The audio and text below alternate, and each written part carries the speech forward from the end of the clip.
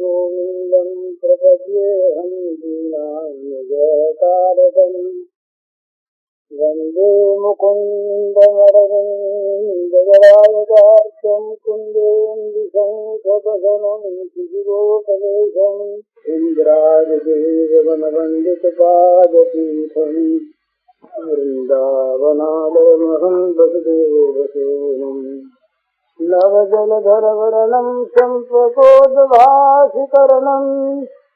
विकसितनलिनाशियं विस्फुरन् मन्दहास्यं कनखडिशिखूलं चारुबर्हावशूलं कमपि निखिलसारं नौनिगोपीकुमारम् वंशीविभूषितकरान्नवनीयदाभात् पीताम्बराधरुणबिम्बफलाधरोष्ठात् पूर्णेन्दुसुन्दरमुखादरविन्दनेत्रात् कृष्णात् परं किमपि तत्त्वमहं न जाने। ध्यानाभ्यासवशीकृतेर्मनसा तन्निर्गुणं निष्क्रियं ज्योतिकिञ्चनयोगिनो यदि परं पश्यन्ति ते अस्माकं तु तदेव लोचनचमत्काराय भूयाचिरं कालिन्दी पुलिनेषु यत्किमपि तन्नीलं मूढावति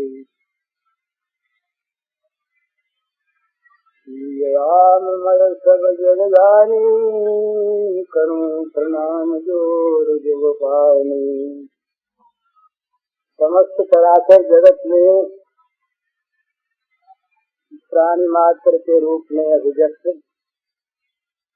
श्री भगवान के पावन चरण कमलों में स्वभक्ति नमस्कार। जो नींव भी लगा देती है और महल भी उठा देती है और रक्षा भी करती है, वो है भगवान की कृपा।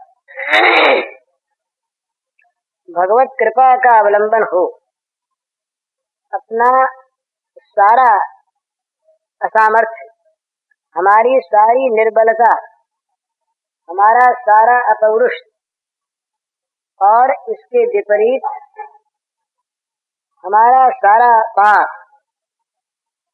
हमारी सारी बुरी चीजें यदि हम भगवान के कृपा का आश्रय करें, वास्तविक कहने मात्र को नहीं, तो भगवान की कृपा से असमर्थ के सामर्थ्य भगवान, निर्बल के बल भगवान अपने बल से उसका सारा कार्य सुसंपन्न कर देते हैं, सफल कर देते हैं। उसमें इतनी ही बात है कि भगवान की कृपा का आश्रय अधूरा न। रोगी आदमी रोग मुक्त होकर वैद्य के पास जाए, ये आवश्यक नहीं, परंतु वैद्य के पास जाए समर्थ वैद्य के पास, निपुण वैद्य के पास, सच्चिकित्सक के पास, परंतु जाए विश्वास पूर्वक और उससे कह दे कि मेरे पास तो न कोई बल है, न शक्ति है, कुपथ्य करता हूँ, लेकिन आपके संरक्षण में आ गया, आप अपने ही आश्रय में मुझे रखिए और मेरी चिकित्सा की। तो जैसे ये डॉक्टरों के अस्पतालों में नर्सिंग होम होते हैं ना रोगियों को रखने के लिए, इसी प्रकार भगवान के चरणारविंद में बड़ा बृहत नर्सिंग होम है, सारे भवरोग के रोगियों को रखकर उनकी चिकित्सा करने की। पर उसमें यही बात है कि जो वहां रहना चाहे अपने दूसरे आश्रयों को छोड़कर, उनको वहां स्थान मिलता है। तो रोगी तो है, उसमें दोष तो है, अभी उसके मलिन अंतःकरण का परिशोधन नहीं हुआ है, कमजोरी है और कुपथ्य भी करता है। पर वहां जाकर जब रहेगा तो कुपथ्य करने को उसे अवकाश नहीं मिलेगा। वहां जो देखने वाले लोग जो हैं, नर्सेस हैं, कंपाउंडर्स हैं ऊपर वाले, तो वो सब देखेंगे कि वो कुपथ न करने पावे, कुपथ वाली चीज उसके पास नहीं आने देंगे। वो तो परतंत्र है ना। ये एक सुंदर साधना की धारा है जिसमें साधक परतंत्र होकर साधना करता है। शरणागति का अर्थ ही है पारतंत्र साधना, अपने आप को भगवान के हाथों में सौंप कर। अपने नहीं बढ़ सकता आगे, अपने नहीं चल सकता, पैर में ताकत नहीं, राह का खर्च पास नहीं, बीमार है, तो वो अपनी स्वतंत्रता किसी समर्थ को दे देता है और वो समर्थ उसकी स्वतंत्रता को अपने अधीन करके उसे अपने परतंत्र बनाकर अपने इच्छानुसार उसे चलाता है। तो या तो वो वहां रहता नहीं, और रहता है तो भगवान की परतंत्रता में रहता है। पर एक विचित्र बात है कि वहां भर्ती न हो तब तक तो चाहे न हो, पर वहां भर्ती होने के बाद वो डॉक्टर छोड़ता नहीं। एक बार जो शरणागत हो गया, उस शरणागत भक्त को अगर वो वाकई शरणागत हो गया तो उसको सब प्रकार से निर्भय कर देना वहां का व्रत है। एतद् व्रतम मम सदैव प्रपन्नाय तवास्मि याचते। एक बार भी, एक ही बार होता है संप्रदान, दान, समर्पण, ये 2 बार नहीं होते। हम लोग जो बार बार अपने को भगवान के समर्पित कहते हैं, मानते हैं, कि कहते हैं ले लो महाराज ले लो, पर देते नहीं। और जहाँ दिया और लिया दोनों चीज संप्रदान और ग्रहण हो गए, उसके बाद भगवान छोड़ना जानते नहीं। लेकिन वो अपनी निर्बलता, अपने दोष, अपना असामर्थ्य, अपनी शक्तिहीनता और अपने दोषों को दूर करने की उसकी वास्तविक या असली इच्छा, ये जब होती है तब वो समर्थ को खोजता है। पूरी निर्बलता आनी चाहिए और अपने बल का भरोसा सर्वथा मिट जाना चाहिए और अच्छे होने की तीव्र इच्छा होनी चाहिए। जो लोग दंभ करते हैं ना, ज्ञान के नाम पर, प्रेम के नाम पर, भक्ति के नाम पर, वो तो साधक ही नहीं, वो तो दंभी दुराचारी हैं। वे तो अपनी नीच स्वार्थ सिद्धि के लिए वेश धरते हैं। उनकी तो चर्चा ही नहीं है, चर्चा है साधकों की जो असली हैं। तो उनको भी भय है कहीं बुरा संग हो जाए, वो भी गिर जाए, तो वो क्या करें, अपने को असमर्थ पाकर जहाँ नित्य पहरा लगता है, जहाँ कुपथ की चीज अंदर प्रवेश कर नहीं सकती, जहाँ देख रेख करने वाले बड़े अच्छे सदाचारी और सबल उपचारक हैं, वहां अपने को भर्ती करा दे। और वो है भगवान के चरणारविंद की शरण में भर्ती हो जाना। तो वो भर्ती बिना निर्बलता के नहीं होती। सुनेरी मैंने निर्बल केवल राह, पिछली साख भरो संतन की, अड़े समारे का। वो कहते हैं बड़ी सुंदर बात, बड़ा विश्वास के साथ कहते हैं कि हमारे पास गवाही है बहुत सी। पिछले संतों का आचरण, उनका जीवन साक्षी है इस बात का कि जब कोई उनका काम अड़ गया तो भगवान ने उनके काम को सुधार दिया। पर किसका अड़ गया, किसका सुधार दिया? जो बड़े निर्बल हो गए और जिन्होंने राम के बल का आश्रय कर लिया, उन्हीं के बल राम होते हैं। निर्बल के बल राम, बलवान के बल भी राम ही है, पर बलवान राम के बल को मानता ही। बलम बलवताम चाहम, भगवान कहते हैं कि बलवानों का बल मैं हूँ। प्रत्येक बल वहीं से आता है, परंतु जो बलाभिमानी लोग हैं वे भगवान का बल नहीं मानते, अभिमान का बल मानते हैं। पर ये जो निर्बल है ये भगवान का बल मानता है, तो भगवान का बल उनकी रक्षा करता है, काम करता है। उदाहरण दिए, उदाहरण है तो भक्तों के, पर पारमार्थिक नहीं। पर भगवान के यहाँ जैसा सवेरे बात हुई थी, परमार्थ और लौकिक का भेद नहीं है। उनके लिए छोटे काम भी वैसे ही, बड़े काम भी वैसे ही। कल्पवृक्ष से जो जैसा चाहे, बुरा तो नहीं करते। चोरी हमारी भगवान बना दें, हम कहीं खून करने जाए भगवान सहायता के लिए तो नहीं करते। बुरे काम में अच्छा डॉक्टर जो है हमारी मुंह मांगी दवा नहीं देता, चाहे वो हमारा मन कितना ही उसको खाने पीने का हो, वो जानता है कि इससे बीमारी हो जाएगी तो नहीं देता। नारद जी ने स्त्री को मांगा नहीं दिया, नहीं दिया, साफ सह लिया उनका, गालियां सह ली उनकी भगवान ने, पर मुंह मांगी चीज नहीं दी। तो बुरी चीज देते तो नहीं, पर अच्छी चीज लौकिक भी है तो मुंह मांगी भी दे देते हैं, पर देते हैं वहां पर जहाँ उनका आश्रय होता है। तो दो उदाहरण देते हैं। जब लग गज बल अपनो बरतो, नेक सरो नहीं काम, निर्बल भय बलराम पुकारे आए आधे नाम। श्रीमद् भागवत की प्रसिद्ध कथा है, और पुराणों में भी। वो गजराज अरण्य में रहता और बड़ा बलवान यूथपति था। उसके यूथ में, उसके दल में हजारों बड़े भारी हाथी और हथनियां थी। बड़ा उनका दल था। सारा जंगल, वो बड़ा बृहद वन उनके द्वारा आक्रांत था। सब जगह वो छाए हुए थे। एक दिन वो हाथी चला गया सरोवर में, स्नान किया, खेलने लगा, क्रीड़ा करने लगा। इतने में ग्रह ने आके पैर पकड़ लिया। तो हाथी के मन में तो बड़ा अभिमान था कि क्या है, ये जंतु कभी पैर से पीस डालेंगे। कसमसाया, बहुत चेष्टा की, परंतु ग्रह ने छोड़ा नहीं। सब हथनियां हाथी तो दूसरे बाहर निकल गए। बोले अब अंदर रहेंगे तो कहीं हमारे पैर पकड़ ले, तो बाहर निकल के अपने को बचाते हुए सहायता करेंगे। ये बुद्धिमानी भी है और स्वार्थपरता भी है, जगत का यही स्वरूप है। घर वाले भी, जब कोई घर वाला फंस जाता है, बोले भाई प्लेग का आक्रमण हो गया, तो बुद्धिमान घर वाले और मरने से डरने वाले भी घर वाले, दोनों ही बातें होती।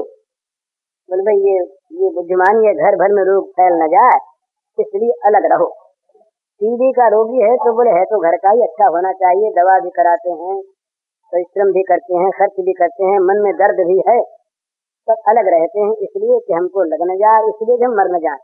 भय भी रहता है और बुद्धिमानी भी रहती है, पर असल में गहरे में जाके देखा जाए तो भय अधिक रहता है।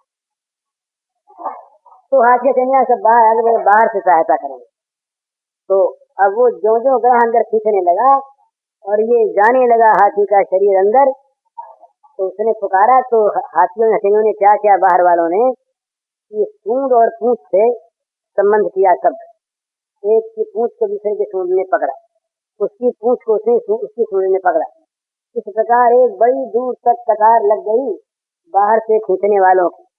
बड़ा जोर, वे तमाम जोर लगाकर बाहर से खींचने लगे, पर जल में ग्रह का बड़ा जोर था और ये दोनों ही पहले के शापग्रस्त लोग थे। तो ग्रह का जोर इतना पड़ा कि हाथी को अंदर वो घींच के ले गया, खींच के ले गया। तमाम हाथी उसके पीछे जब जाने लगे, बोले भैया आपको छोड़ दो, एक ही मरेगा, जिसके लिए तो उपाय नहीं, सब साथ मर जाए, ये तो बुद्धिमानी नहीं, सब अलग।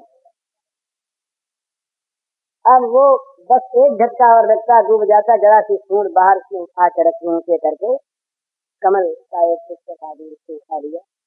जब लग गज बल अपनो बरतो, नेक करो नहीं काम, अपना बल और अपने साथियों का बल, ये अपना ही बल था, भौतिक बल। जब तक भौतिक बल का उसने प्रयोग किया, अपने में निर्बलता का प्रत्यक्ष बोध नहीं किया, जब तक बाहरी बल का भरोसा रहा, तब तक भगवान ने उसको बचाया नहीं बचाया। नेक सरो नहीं काम, जरा भी उसका काम सरा नहीं, परंतु निर्बल भय बलराम पुकारे। जब वो हाथी ने देखा अब कोई उपाय नहीं रहा, न कोई सहायक है, न कोई आवाज सुनने वाला, न कोई बचाने वाला, तब उसने भगवान को पुकारा। तो वो कहते हैं कि नारायण कहा उसने, तो नारा शब्द आधा तो उच्चारण हुआ और पूरा बोलने के पहले भगवान आ गए। भागवत में आता है कि उसको दिखाई दिया गजराज को दूर से गरुड़ आते हुए, गरुड़ पर भगवान सवार, और दूर से उसने देखा तो उसने कमल उठा करके अर्पण करना चाहा। उसके बाद वो वर्णन नहीं आता भागवत में कि वो गरुड़ आया, उतरे, गरुड़ ठहरा। हरिराज राशि तो आया है कि भगवान प्रकट हो गए। तो इसको देखा संतों ने, वो कहते हैं कि गरुड़ जो है वो इच्छागामी है। गरुड़ की चाल कितनी, स्पीड कितनी चलने की, उसका जितनी इच्छा करे उतनी, जितना चाहे उतना चल सके। और यहाँ भगवान को जल्दी लग रही थी तो इन्होंने कहा जल्दी चलो, ये तो उसकी इच्छा शक्ति की चाल। फिर भगवान ने कह दिया जल्दी चलो, पर भगवान को उसकी चाल सहन नहीं थी, देर कर रहा। तो दिखे तो सही, तो गरुड़ को छोड़ दिया, वहीं वो आविर्भूत हो गए, प्रकट हो गए भगवान। आए आधे ना निर्बल के बलरा, आ गए, बचा लिया। इसी प्रकार द्रौपदी का दृष्टांत देते हैं। द्रुपद सुता निर्बल भई काजन, सजी आए निज धाम, दुशासन की भुजा थकित भई, वसन रूप भय श्याम। दुशासन खींच रहा, एक वस्त्रा राजरानी सभा में इस प्रकार से कभी आई नहीं, आई सभा में कहीं तो राजमहिषी पटरानी के रूप में आई, सिंहासन पर विराजी, अभिनंदन प्राप्त किया, सेवा प्राप्त की। पर जिस रूप में आज वो लाई गई, ये बड़ा विकट रूप, एक बड़ा बलवान दुष्ट केशों को पकड़े हुए खींच कर राज दरबार में ले आया।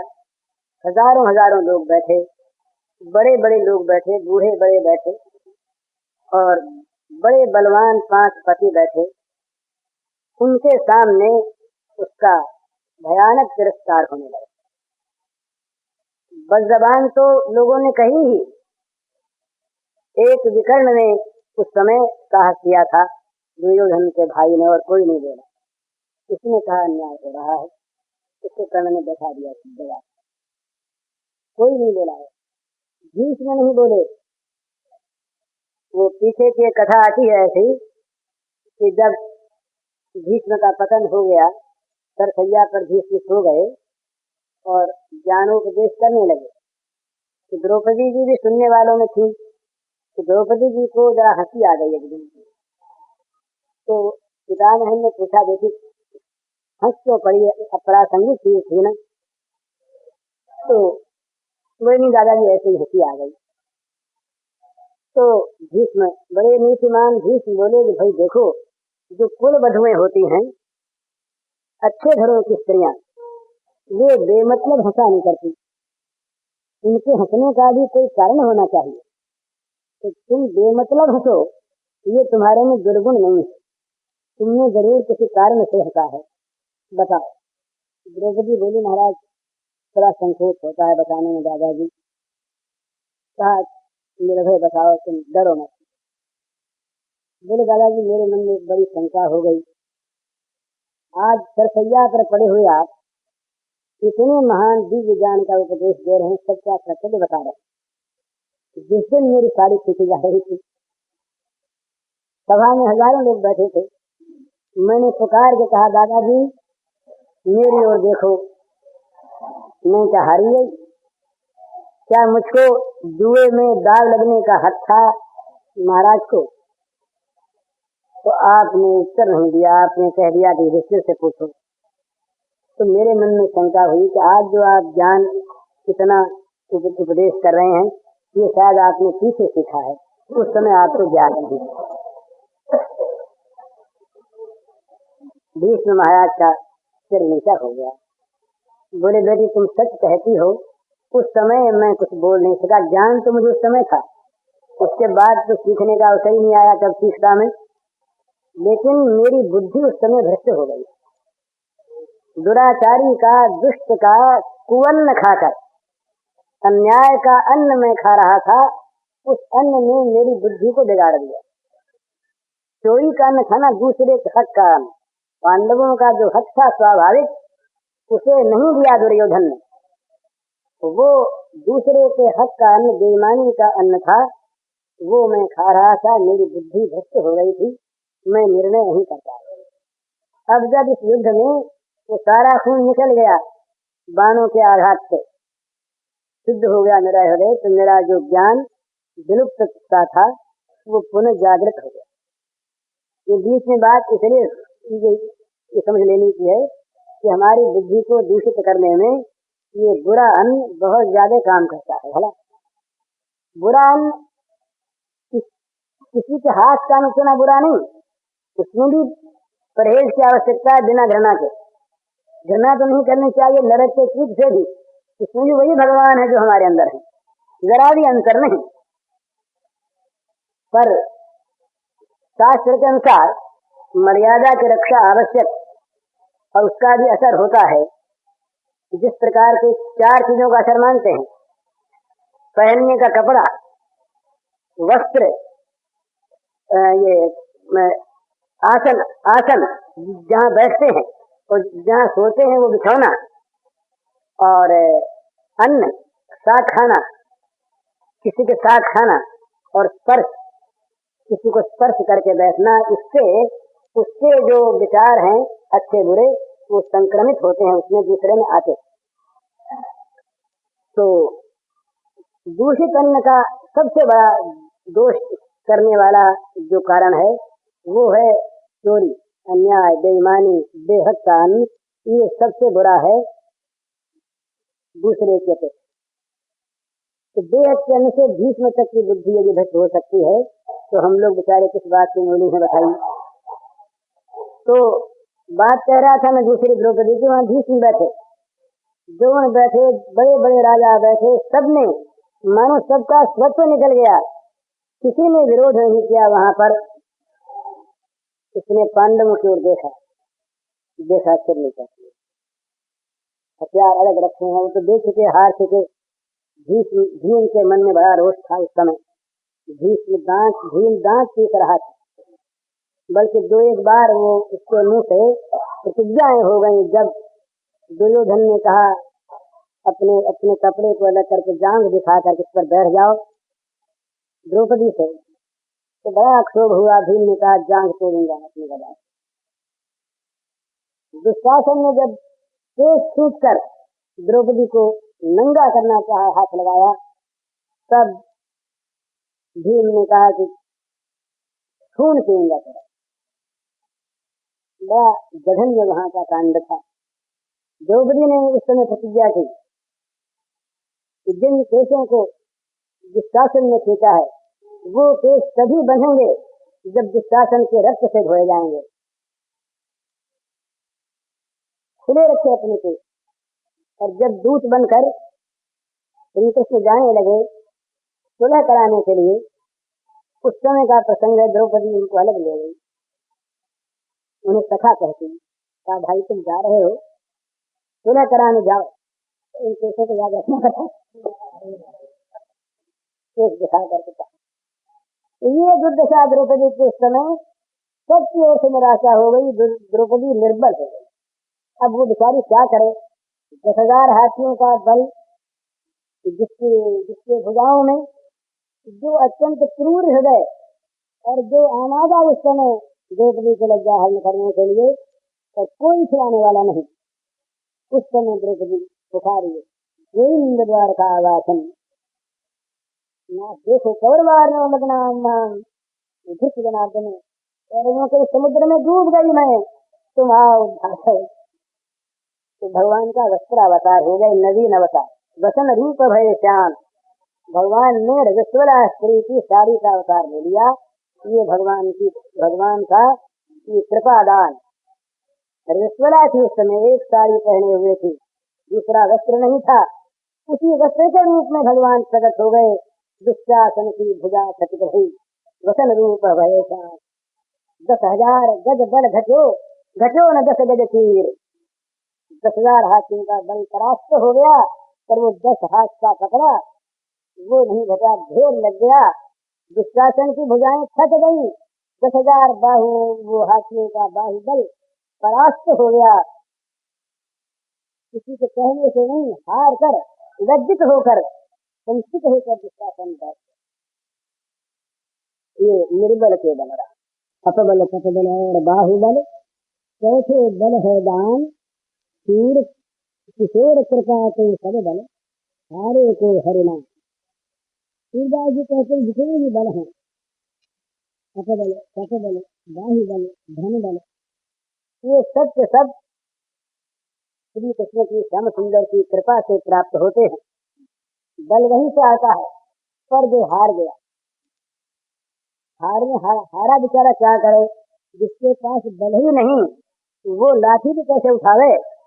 लाठी उठाने का भी बल चाहिए ना, पैरों में बल नहीं, लाठी उठाने की ताकत नहीं, घुटने उठे नहीं, वो क्या करे।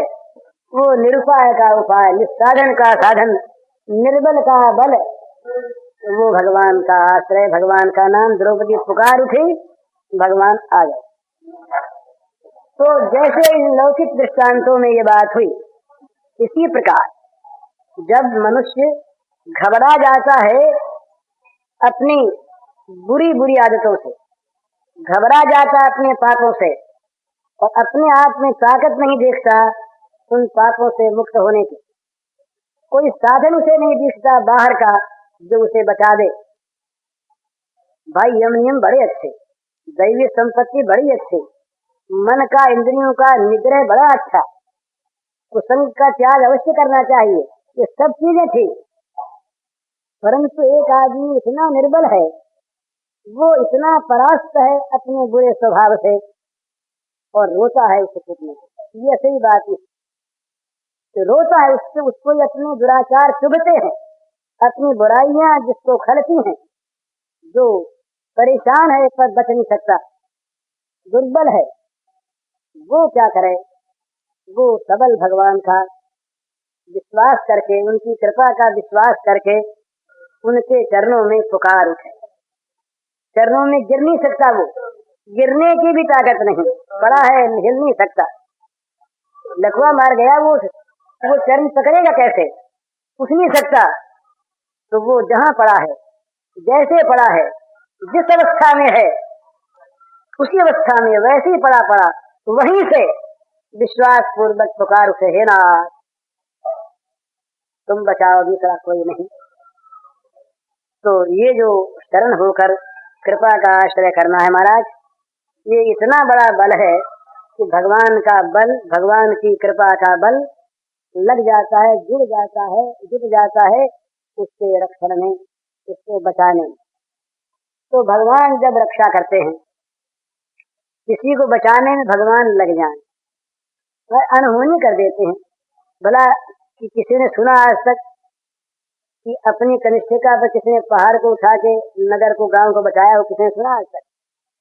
इस एक दृष्टांत के सिवा कोई दृष्टांत इस प्रकार का उदाहरण संसार के इतिहास में नहीं है कि छोटा सा बच्चा अपनी कनिष्ठिका अंगुली पर पहाड़ को उठा ले, 7 दिन तक उठाए रखे और उठाए न रखे, हिलने न दे उसको, और उसके नीचे निर्भय होकर हजारों प्राणी अपने प्राणों की रक्षा कर सकें।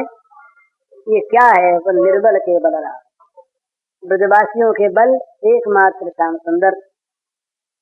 आग लगी वन में, गोप बालकों ने कहा डर क्या, कन्हैया तो साथ है, अभी पी जाएगा। इसका नाम विश्वास। मने उसमें कभी अविश्वास की छाया ना आवे। अविश्वास की छाया जहाँ आती है वहाँ काम नहीं बनता, और अपना बल जहाँ बीच में आता वहाँ भी नहीं बनता। ये बात कहने में जरा इसलिए ठीक नहीं मालूम होती कि हम अकर्मण्य हो जाते हैं, विश्वास होता नहीं, साधना छोड़ बैठते हैं तो दोनों तरफ से जाते हैं। नहीं तो ये जो कहता है ना आदमी कि भाई भगवान को भजो, भगवान के शरणागत हो जाओ, और किसी जरिए को अपनाओ, उस जरिए से भगवान काम ठीक कर लें। पर ये जरिया जो बीच में आता है, यह विश्वास का द्योतक होता है। क्या खुद भगवान नहीं कर सकते? किसी जरिए को काम मिलाना, किसी के द्वारा कराएं, खुद क्यों नहीं कर सकते? पर हम उनका खुद करना मानते नहीं। द्रौपदी ने ये कहा, महाराज भगवान ने कहा कि भाई हम पर तो ऋण चढ़ गया। द्रौपदी ने पुकारा गोविंद, और हम कुछ देर से आए, तो ऋण चढ़ गया। देर से आने का कारण बताया फिर भगवान ने कि भाई कारण तो उसका द्रौपदी है।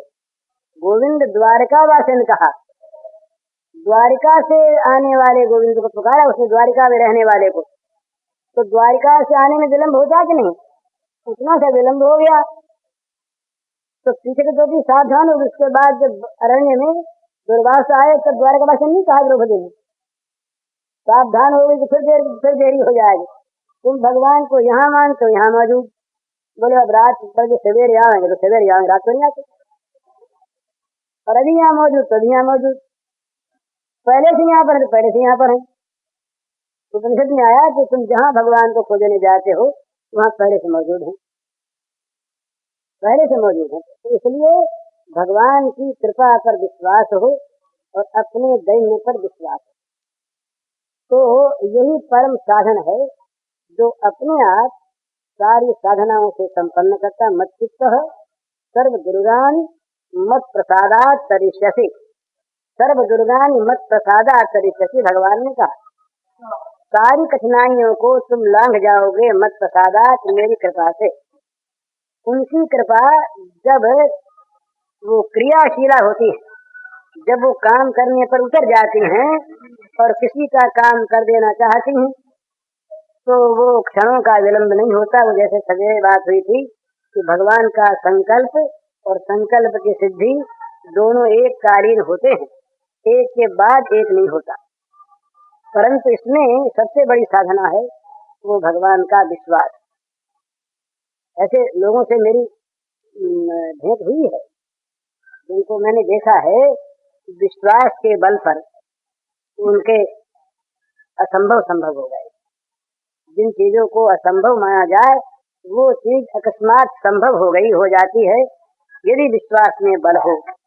भगवान तो हैं, वो करने को तैयार भी हैं, पर हम उनसे चाहते भी हैं, पर चाहने के साथ हमारी चाह में कुछ व्यभिचारी भाव आ जाता है, कितना सा और दूसरे जरिए से हो जाएगा और विश्वास में जरा कमी आ जाती है। इसलिए नहीं तो ये इतनी प्रत्यक्ष चीज है जितनी प्रत्यक्ष कोई है नहीं। सब में प्रमाण की आवश्यकता है, इसमें प्रमाण की आवश्यकता नहीं। प्रमाण रूपत्वाद तो प्रमाण रूप स्वयं, पर प्रमाण रूप सिद्ध वहाँ होती है जहाँ विश्वास होता है। भगवान को तो ये आवश्यकता है नहीं कि हमारे द्वारा अपनी भगवत्ता को सिद्ध करने के लिए लिखा पढ़ी कराए। हम माने भगवान है तब भगवान सिद्ध हों। हमको यदि गरज भगवान की है तो हम भगवान पर विश्वास करके उनके हो जाएं तो दीन बंधु शरण शरण, वो भगवान अपनी कृपा से सारा काम कर देते हैं। तो इसकी बड़ी आवश्यकता है सदाचारी होने की। पर सदाचारी होने में ईश्वर शरणागति, भगवत प्रपत्ति, ये जितना अधिक से अधिक काम करती है उतना अपना साधन नहीं करता। इसमें महाराज भागवत में आया एक जगह पर सच्ची बात, दैवी संपत्तिवान पुरुष भी यदि ईश्वर का आश्रय नहीं है तो दैवी संपत्ति, दैवी गुणों का इसके अंदर अभिमान पैदा हो जाएगा कि हम सच बोलने वाले, हम सदाचारी, हम इंद्रियों को रोकने में समर्थ, हम मन को रोकने में समर्थ, और भगवान की माँ कहीं प्रकट हुई तो ऐसा लपेड़ेगी वो कि फिर सारे होश भयास हो जाएंगे, पता लगेगा राम राम हमको क्या से क्या हो गए। ऐसे दृष्टांत बहुत आते हैं। नारद जी ने अपने को मान लिया कि हम काम विजयी हैं। भगवान शंकर के पास पहुंचे, बोले महाराज भगवान की दया हुई, है घटना ऐसी हुई जिसमें दास की विजय हो गई। शंकर जी बड़े समझदार, शंकर जी ने कहा नारद जी ये सब बात नहीं कहनी चाहिए, ये मन में भी नहीं लानी चाहिए। नारद जी बोले क्यों, इसमें क्या बात है, सच्ची बात, सच्ची घटना सुनाते हैं। नारद जी ने प्रकारांतर से याद दिलाया कि रोग मिटना चाहिए, तो सीधे सीधे न कह करके दूसरे प्रकार से कहा, नारद जी भगवान विष्णु से ये न कह दीजिएगा, तो मन में आया तब तो कहेंगे ही फिर शायद न जाते विष्णु लोग। पर शिव जी ने याद दिला दिया, रोग नाश करने के लिए वैद्य के पास भिजवाने की व्यवस्था करा दी। बोले वहां मत कहिएगा, तो मन में जरूर कहेंगे। तो पहुंचे बैकुंठ, जगत जननी रमा बैठी, अंतःपुर में उनका प्रवेश था। फिलहाल नारद के मन की कोई बात नहीं, नारद से बड़ा घुल मिल भगवान का।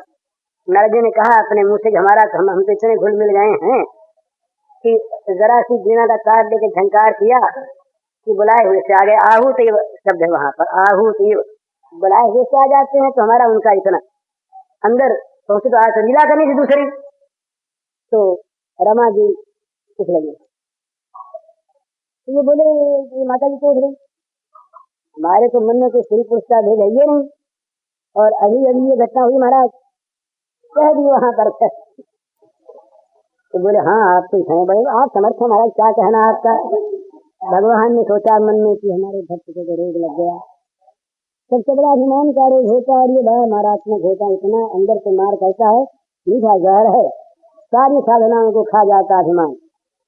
इसलिए विनम्र रहना, विनय रहना ये बड़ा अच्छा माना गया है, और ये विद्या का असली फल माना गया है। विनय विद्या ददाति विनयम, जिस विद्या से विनय न आवे वो विद्या नहीं। रामकृष्ण परमहंस का किसी ने पूछा कि सिद्ध का अर्थ क्या है, बंगला में कहा किसी ने सिद्ध काके बोले, तो उन्होंने कहा कि जब आलू दे दूं सिद्ध हो जाए,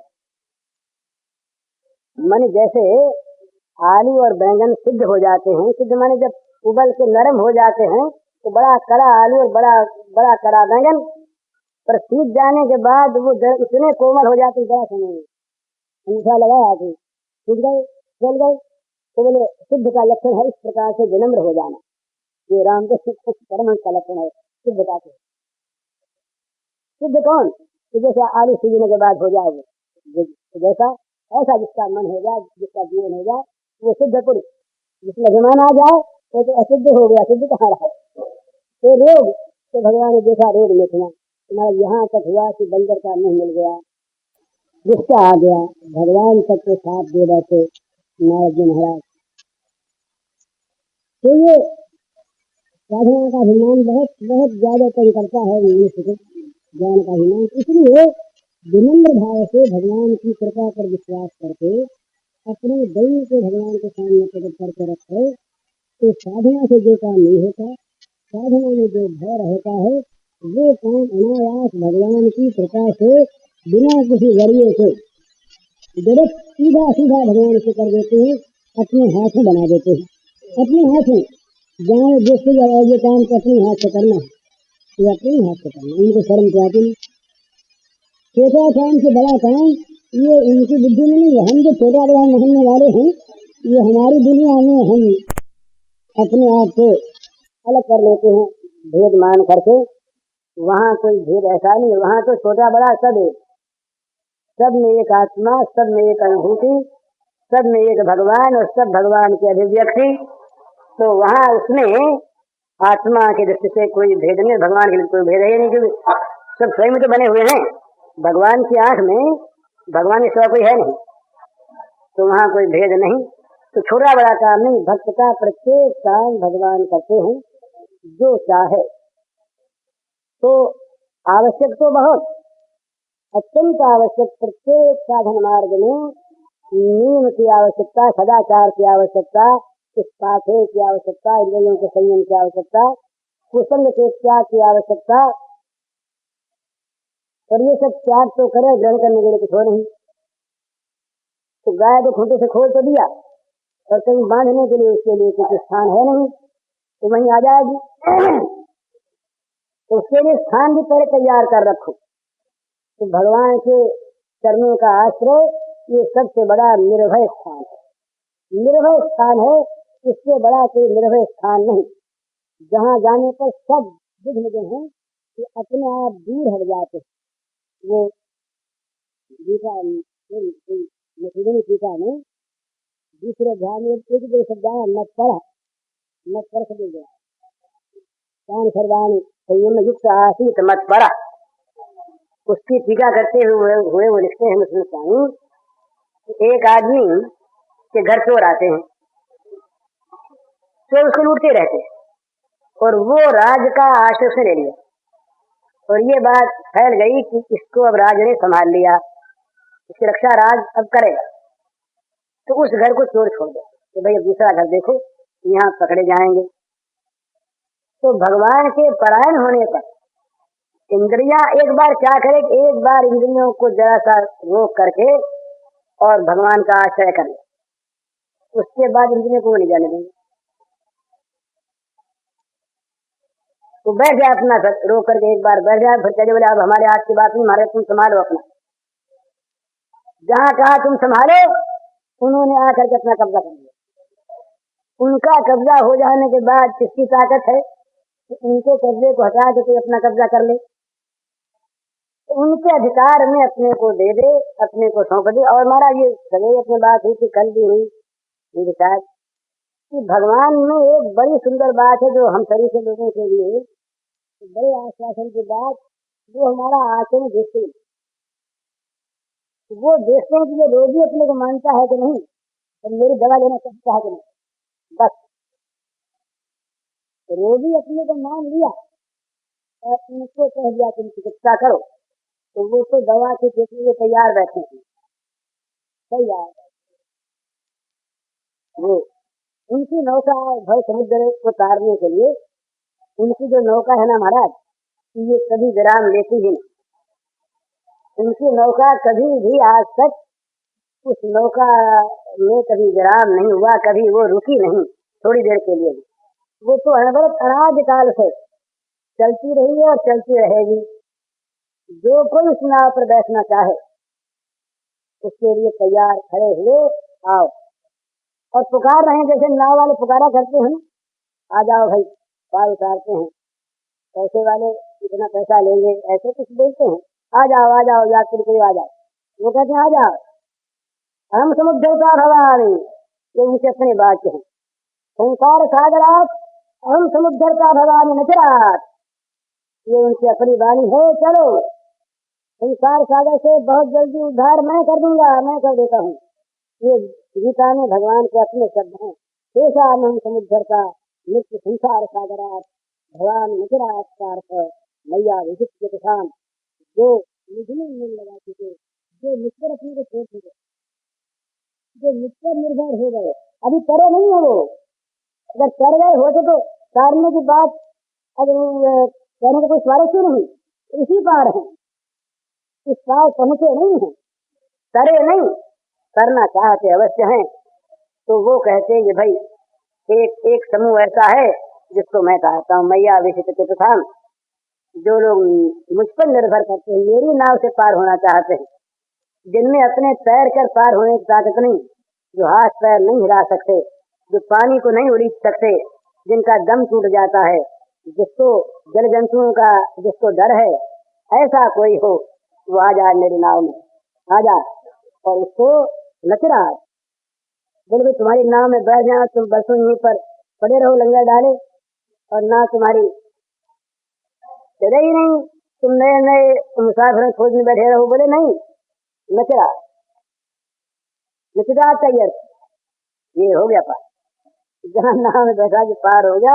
भगवान के शब्द बोले देर नहीं होगी, और साफ कहा कि कहाँ से पार करोगे, मौत के समुद्र से, मृत्यु संसार सागरा।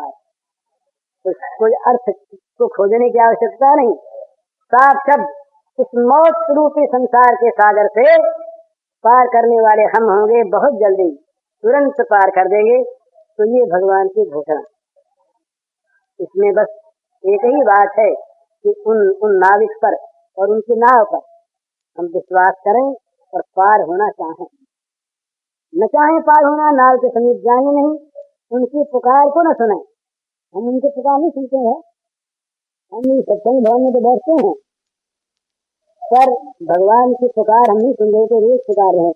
नमालम दिन में कई बार पुकारते हैं, कई बार हमसे धक्का खा के प्यारे फिर आते हैं। हाँ महाराज, हमारे मन में जो भगवान आके स्मृति होती है, ये भगवान आए तो नहीं, स्मृति ही नहीं, भगवान मन में आया, फिर हमने उनको भुला दिया, बचा दिया, आए फिर बचा दिया।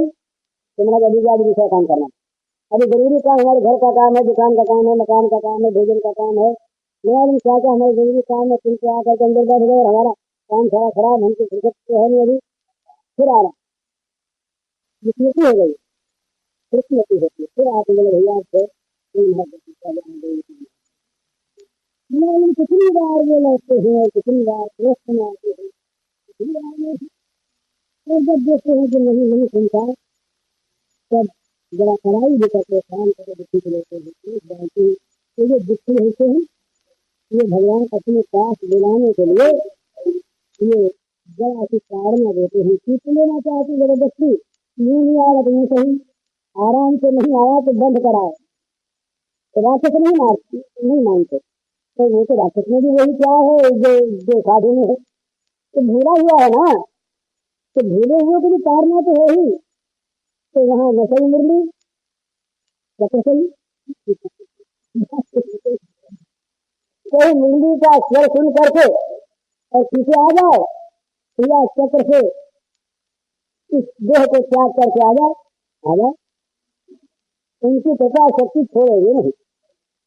तो इस प्रकार से भगवान निरंतर हमें बिना किसी शर्त के, बिना हमारा कुछ देखे सुने, बिना हमारे पूर्व इतिहास पर विचार किए हमको स्वीकार करने के लिए तैयार है। रात दिन किसी वक्त उनका दरबार बंद नहीं। आधी रात को कोई तुम्हारे थे और इसी समय नहीं भेजा तो वो ये कह देंगे कि अभी तुम सो गए, द्वार बंद है, तो मेरे को प्रतीक्षा करो, अभी तैयार। तुम जब पुकारे, जहाँ पुकारे, जैसे पुकारे, वही सभी वैसे ही आने को तैयार। और ये सर्वोत्तम साधन है वाला, ये इतना बढ़िया साधन है कि इसमें से सवादों की आवश्यकता नहीं होती। कुछ बहुत से उनको की चीजें हैं, ये सवाल की चीजें होती है, सवाल भी करनी चाहिए, सवाल का लोभ नहीं।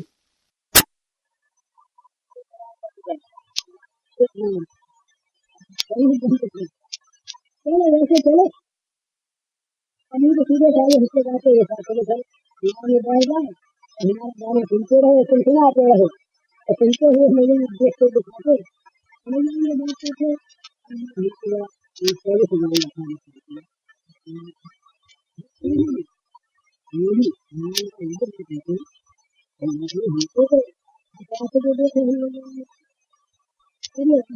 इसलिए केवल एक ही बात का होता नहीं, ये है विश्वास।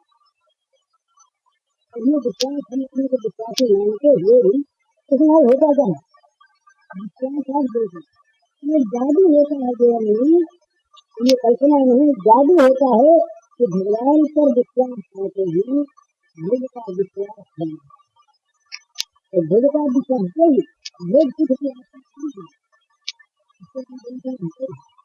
इसके बाद आई है कि जैसे